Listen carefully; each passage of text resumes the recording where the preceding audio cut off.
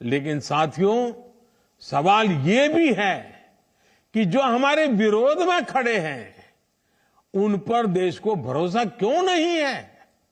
दरअसल कुछ राजनीतिक दलों को ये सीधी बात समझ नहीं आ रही है कि झूठी घोषणाएं करके वो कुछ हासिल नहीं कर पाएंगे।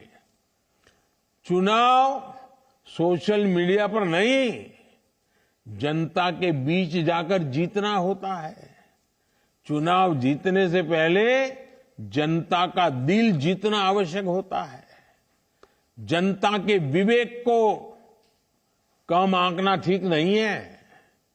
अगर कुछ विपक्षी दलों ने राजनीतिक स्वार्थ के बजाय सेवा भाव को सर्वोपरि रखा होता, सेवा भाव को ही अपना काम समझा होता, तो देश की बहुत बड़ी आबादी अभाव में, मुसीबतों में, तकलीफों में न रहती।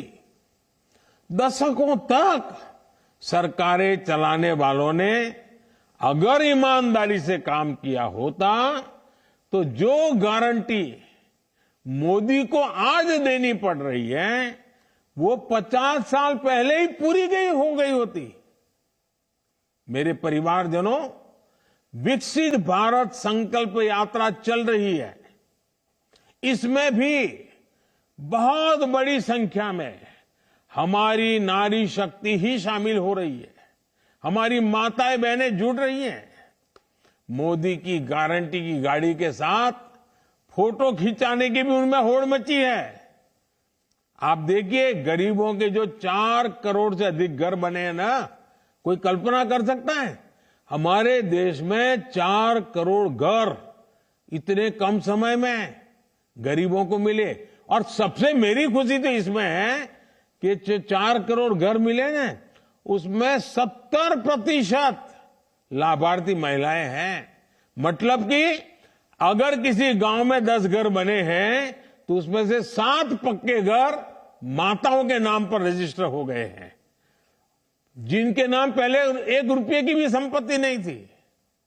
आज मुद्रा ऋण के हर 10 लाभार्थियों में से भी 7 महिलाएं ही हैं। किसी ने दुकान ढाबा खोला, किसी ने सिलाई कढ़ाई का काम शुरू किया, किसी ने सैलून, पार्लर ऐसे अनेक बिजनेस शुरू किए। आज गांव-गांव में देश की 10 करोड़ बहनें स्वयं सहायता समूह से जुड़ी है। ये समूह बहनों को अतिरिक्त कमाई के साधन दे रहे हैं, उन्हें देश की प्रगति में भागीदार का सीधा अवसर दे रहे हैं। जी न्यूज।